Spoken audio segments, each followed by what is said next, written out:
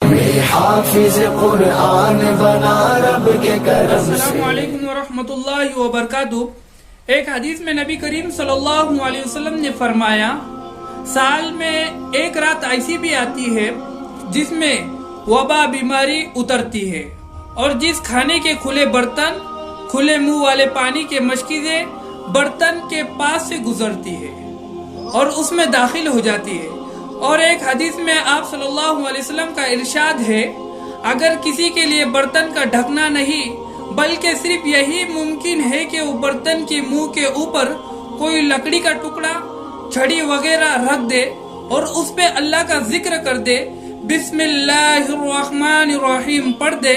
قارئین کرام، جن پر عمل کرتے رہنے سے آدمی تعویذ، جنات و آصف وغیرہ سے بِإِذْنِ اللہ محفوظ رہتا ہے۔